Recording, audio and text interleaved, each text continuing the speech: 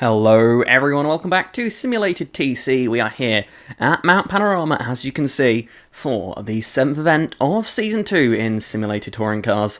And we are not too far away now from Race 1 here at this great Bathurst racetrack. A circuit really like no other. And so far this season, the championship has been incredibly close.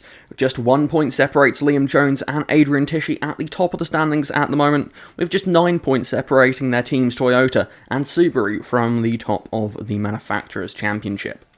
But the big news coming into this event is that Liam Jones, the championship leader, has not qualified for this race.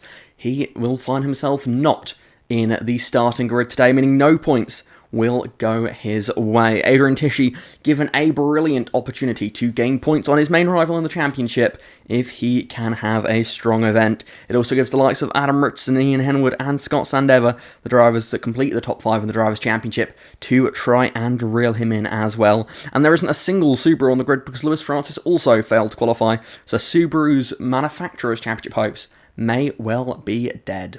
Starting at the rear of the field for today's event, at the very back, Albert Asante for Toyota on his harder compound tyres, and with this unusual Australian grid, it is immediately alongside him Dimitri Soterakis, also on hard tyres, the same is the case for the row ahead as well, all hard tyres for Preston Brennan and Thomas Pierpont there in the Honda on the inside. Ahead of them, it starts to mix up, though, as we have two soft runners in Jordan Fingal for Tesla and Adam Richardson for Renault. They're sitting in the 13th position.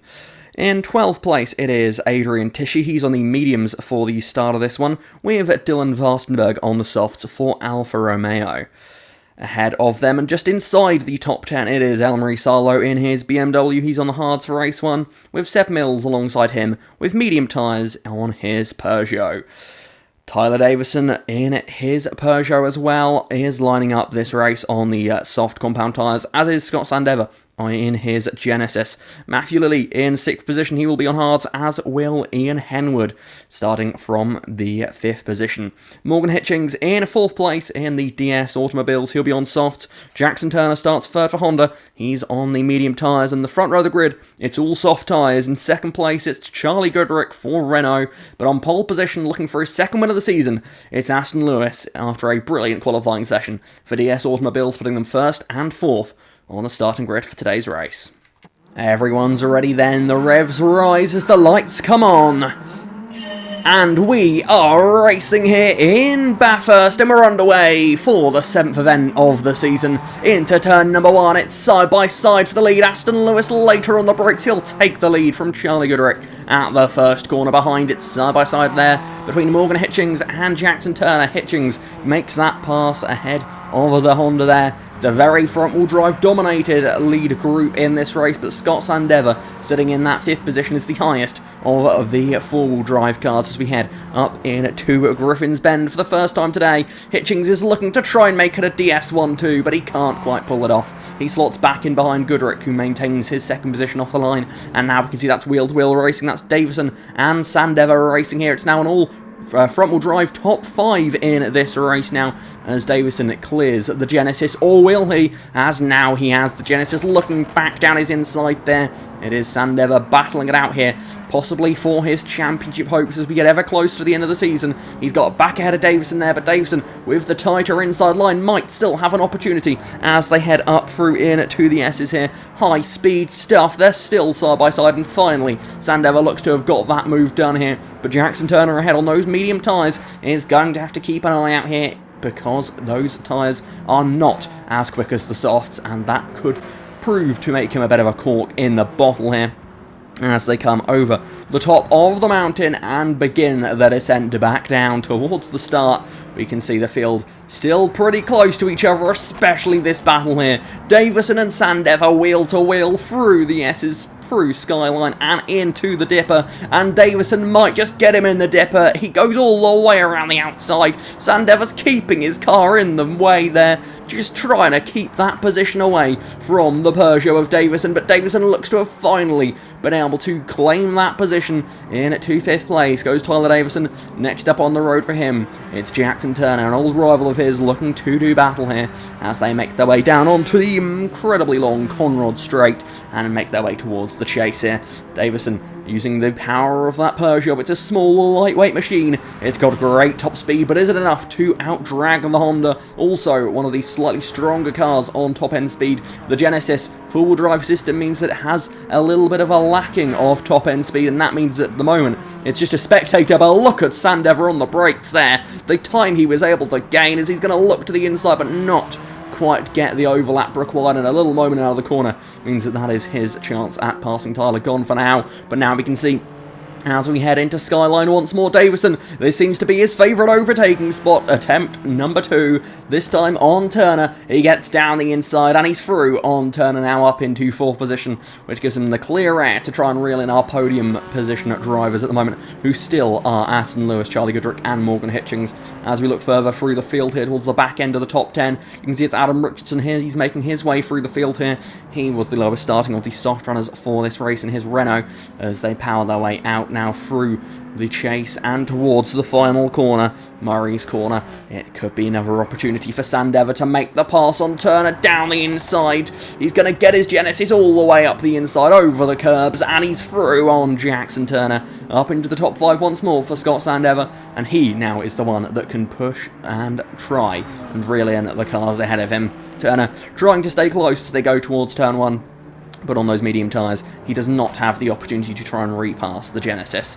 And now we can see just at the back end of the top 10 here, this is Matthew Lilly in the Tesla. On his hard compound tyres has Adam Richardson on the softs behind him here. This should be a fairly simple pass for Richardson, and look at the power that the Renault has around a track like this. It is well suited indeed. He has the power as they go over the hill and down once more. It is Richardson up into 10th position, and as he makes his way up into Griffin's Bend, it's Richardson in the top 10 here, looking to try and claim some more positions, as Fingal is next up on the road for him in another one of the Teslas in this race.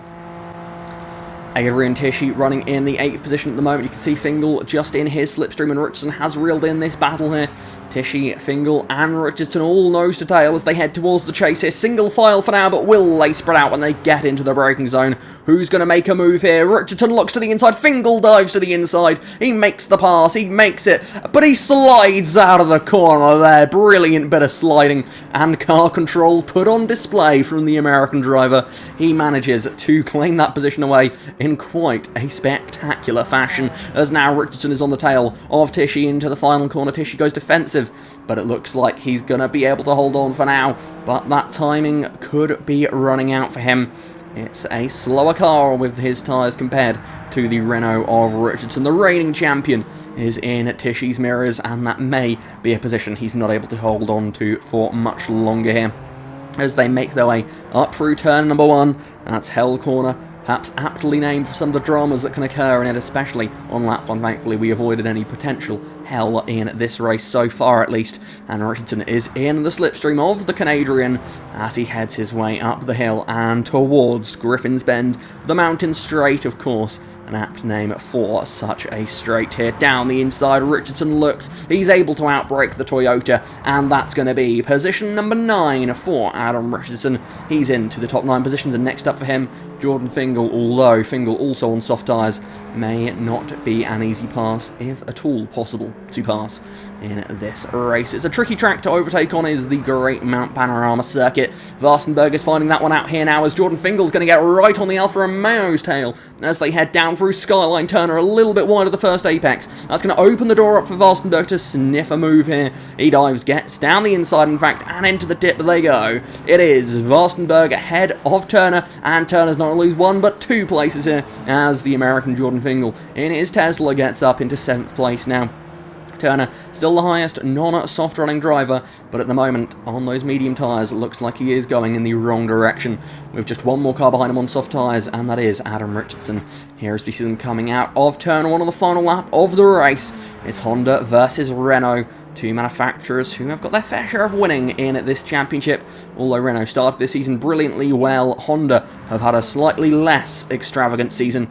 Renault seeming to be close to them on pace though around a track like this. Two cars relatively evenly matched here. Mediums on Turners, softs on Richardson. They go up into Griffin's Bend and down the inside. Richardson will make the pass stick using those soft tyre grip to make that pass happen. He's up into 8th position now. Turner drops down to 9th place and perhaps beginning to regret going mediums in this race because he has dropped like a stone through the order. But up at the front of the field, Aston Lewis for DS Automobiles leads the way as he looks to become the 3rd driver this season to take multiple victories. And, well, it doesn't look like anyone here will be a first-time winner in Race 1 because Goodrich, Hitchings and Davison all have wins this season. Sandever with 2 wins already to his name as well as they head into the chase for the final time. It's Lewis that leads the way here and onto the brakes. He's going to be able to get that lead through the final few corners as there could in fact be a challenge from Hitchings on Goodrich, not quite able to make it stick there. It is going to be Aston Lewis though with a comfortable margin through the final moments of this race. He brakes for the final time here today, and as he makes his way through Murray's corner, it's going to be Aston Lewis who's going to take DS Automobiles back to victory lane here. Aston Lewis is a winner again in Simulated TC, career win number 2 and win number 2 on the season. Aston Lewis, he wins race number 1 here at Mount Panorama. It's Charlie Goodrich, runner-up there, with Morgan Hitchings completing a double podium for the DS manufacturer. The final results then from this race, of course, Aston Lewis with that victory, win number 2 for him. Still no one this season with more than 2 victories. Could that change over the course of this event? It is entirely possible. Behind him, Charlie Goodrich and then Morgan Hitchings. Just off of the podium, Tyler Davison, he had to make some passes in that race. He comes home in 4th position. Scott Sandever with a 5th place finish, solid for him. Dylan Vostenberg in 6th place for Alfa Romeo with Jordan Fingal in 7th. 8th place goes to the reigning champion in Adam Richardson. All top 8 drivers were on soft tyres for this race, and they all have got pretty much the most they could out of them in that one.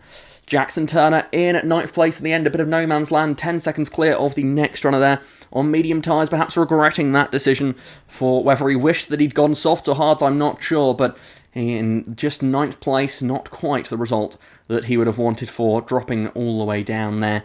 Adrian Tishy in 10th place rounds out the top 10 ahead of Ian Henwood and Matthew Lilly. Elmarie Sarlo then with Thomas Pierpont behind him, and Albert Asante taking the final points-paying position from race number 1. Dimitri Sotorakis comes home outside the points in a race that Mercedes won last season, with Preston Brennan, the driver that won it for Mercedes last season, coming home just behind him, and Seb Mills brings up the back of the field in 18th place. Adrian Tishy now has a 5-point championship lead in the Drivers' Championship, and it's a 15-point gap back for him over Adam Richardson. Ian Henwood sits 4th in the championship, 19 points off the lead, with Scott Sandever in at 5th place, 21 points off the lead. Aston Lewis, the winner of that race, he now finds himself 26 points off the lead, very much not out of this title fight yet. With so many races still to go, any of these drivers can still get in the mix for it.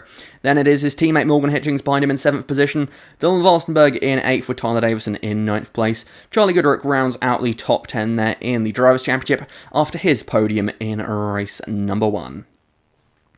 That's it here for race number 1 here at Mount Panorama. I do hope you all enjoyed it, and I do hope you'll all join us on Tuesday of next week at the same time for race number 2, and we can see what might happen with some soft runners further down the order. Who knows what sort of action we may get to enjoy. Thank you very much for watching. Until next time, goodbye.